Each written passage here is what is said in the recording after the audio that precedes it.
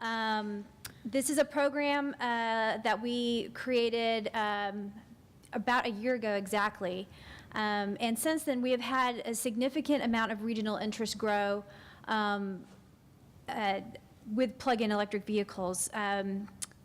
According to statistics, it shows that we have over 250 reservations for folks in our region to receive the Nissan Leaf.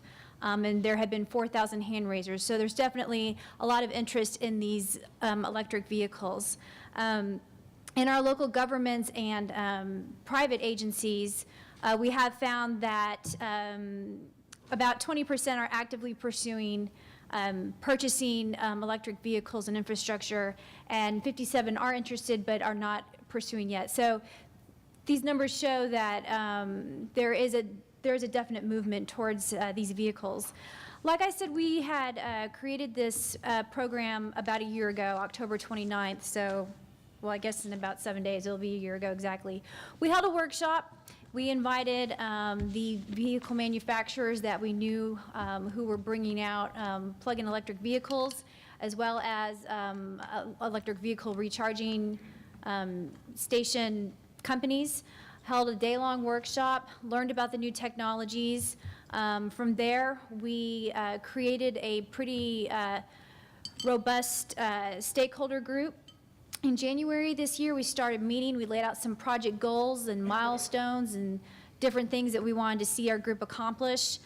We split our group into 4 different committees: our local fleets, recharging infrastructure committee, home recharging, public recharging, and of course, I think one of the most, if not the most important, education, outreach, and marketing committee. From this, we have created a project plan that is always constantly changing, and we have now started to begin putting in infrastructure and purchasing plug-in electric vehicles. This is our stakeholder list. We have over 85 participants. They come from the local governments, the transportation authorities, state, federal agency, universities, nonprofit organizations, utilities and communication companies, and quite a few consultants are also a part of our group. This shows that we had also received some stimulus funding for the purchase of electric vehicles and other alt fuels as well. And so this past year, we received over $13 million to fund different electric vehicle projects. And the Ecotality project, or the EV project, is also coming to the Dallas-Fort Worth region, and we are working very closely with them to put home recharging stations in our homes. So this is a map that shows existing public infrastructure and private infrastructure, also different locations where there are funded there is funded infrastructure that is going to go in, and potential charging locations. We looked at the map of our region, decided that we really don't believe we need about 1,000 or 2,000 EVSE locations. We think we may need about 35 or 40 starting off, just to eliminate or alleviate range anxiety.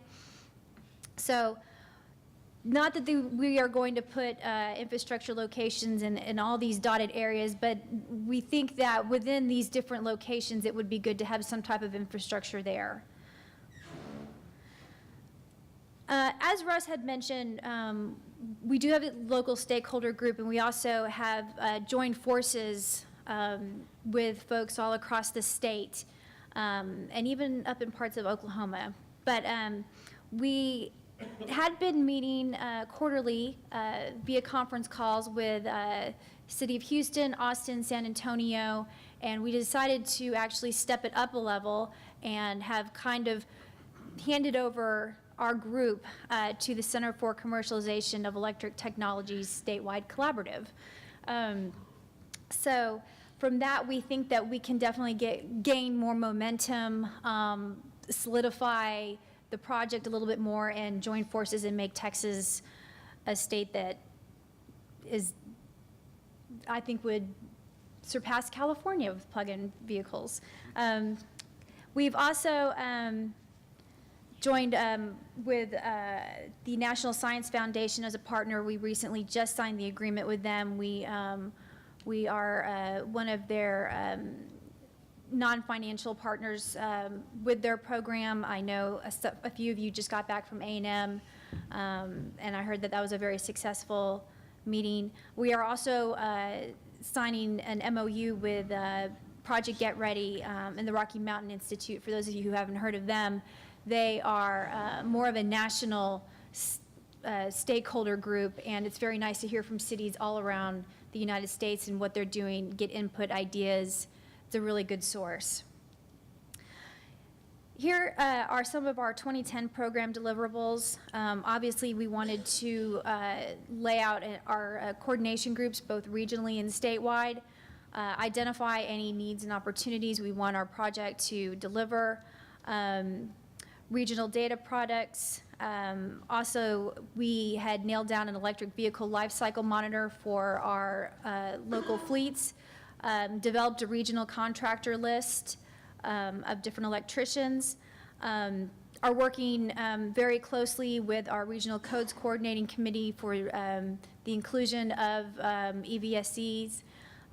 We recently, last month, held the State Fair of Texas EV Showcase at the Texas State Fair. It was a very exciting time. At that point, TXU announced that they are going to be putting about 12 infrastructure locations throughout the Dallas-Fort Worth region, so we're very excited about that, and initial vehicle and infrastructure deployment. For 2011, we regrouped and have decided that we know the technology that's coming out, we know the vehicles that are coming out. Now we need to take it a step forward and start training electricians, inspectors, and first responders, much like what you're doing here today. Streamline the permitting process. I know you guys have probably heard this time and time again. We want to get that process down to about 48 hours from when an individual goes and purchases a plug-in to when they have the infrastructure put in their home. Communication protocol and provide resources for the general public and fleets. Come up with a universal recharging station signage for our region. We are, again, with Project Get Ready, actually developing this and moving forward on more of a national scale to have one particular type of sign show the general public where an EV infrastructure is, and not have every city or every town have different signs, just to be consistent. Provide preferential parking programs and other incentives, left to be determined. As Laura mentioned, HOV lanes would be great. Additional funding for regional projects. We are always in the process of looking for funds and applying for different grants. Further vehicle infrastructure deployment, and of course public outreach.